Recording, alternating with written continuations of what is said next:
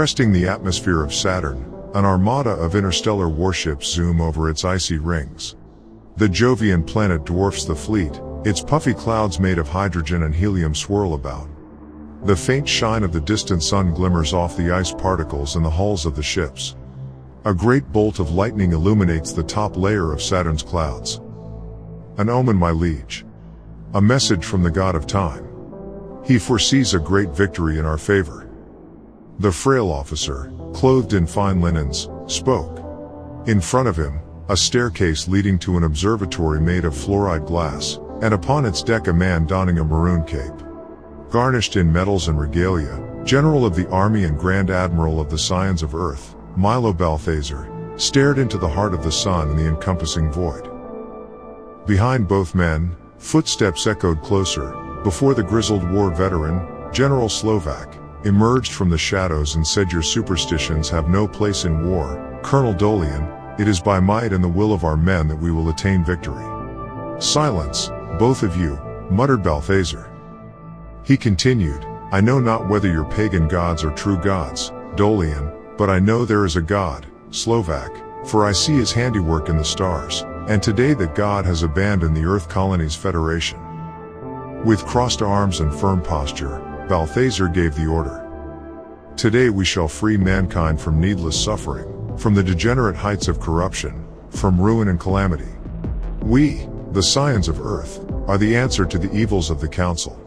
For they have snuffed the future of humanity into darkness and they shall be judged," Balthazar exclaimed in righteous indignation. "All hands to battle stations. The hour is upon us."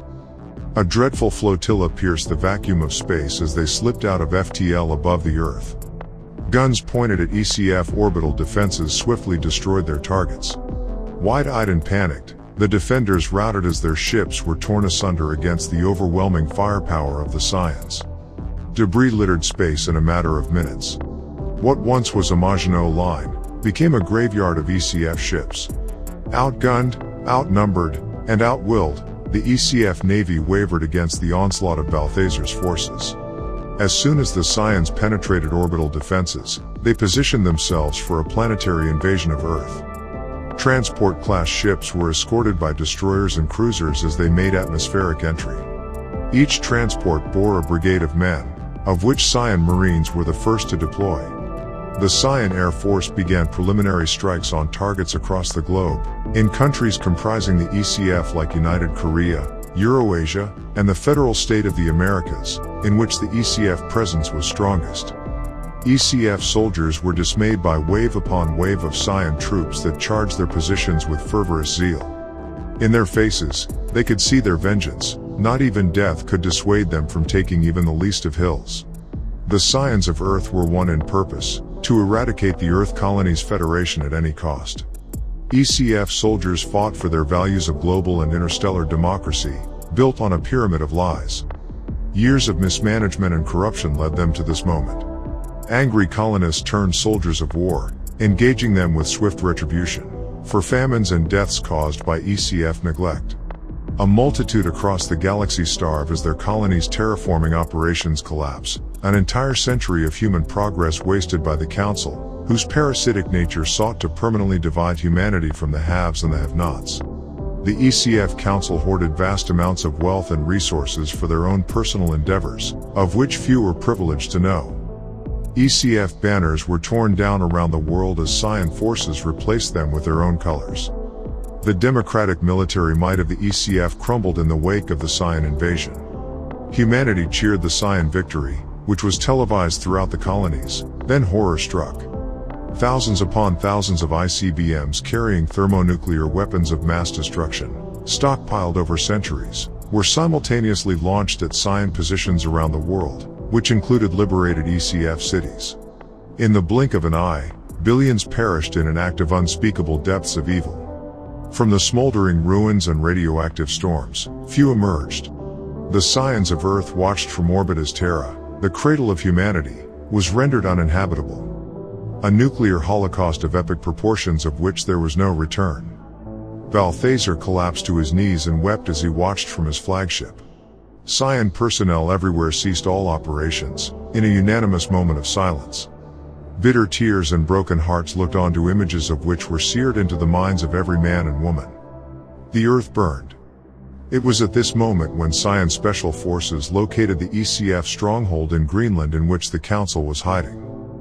Supreme Commander, my men have located the Council. They're in a heavily fortified stronghold in Greenland, spoke a Scion intelligence officer to Balthazar over comms. What are our orders? He asked.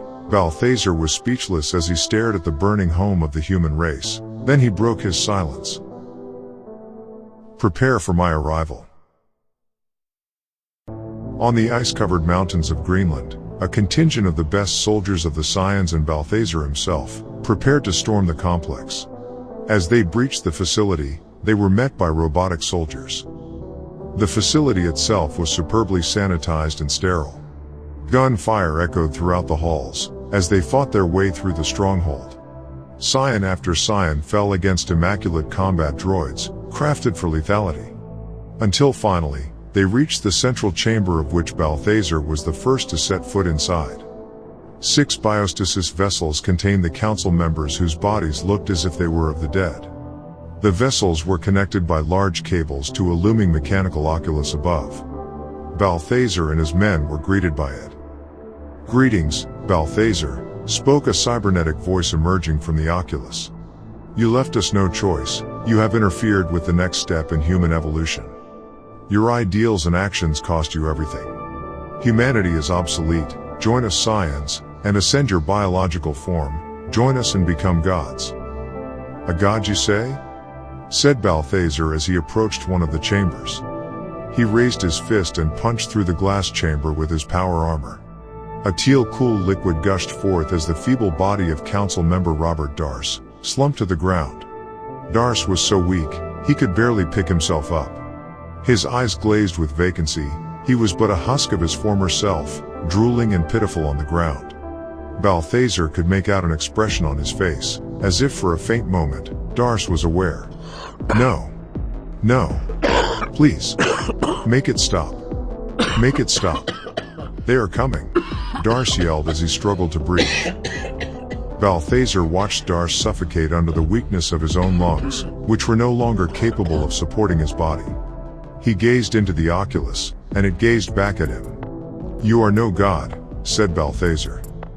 You can't win, Balthazar. We are watching, we are waiting, and we are coming. Expect us, for your extinction is at hand, the oculus uttered before Balthazar grabbed a grenade launcher from a nearby Scion Marine and destroyed it. Balthazar gave the order to his men to seize the remaining council members and all materials in the facility. As he exited the stronghold out into the cold Arctic air, he hailed the armed forces and declared victory. The ECF was no more, but their sin against humanity would last forever.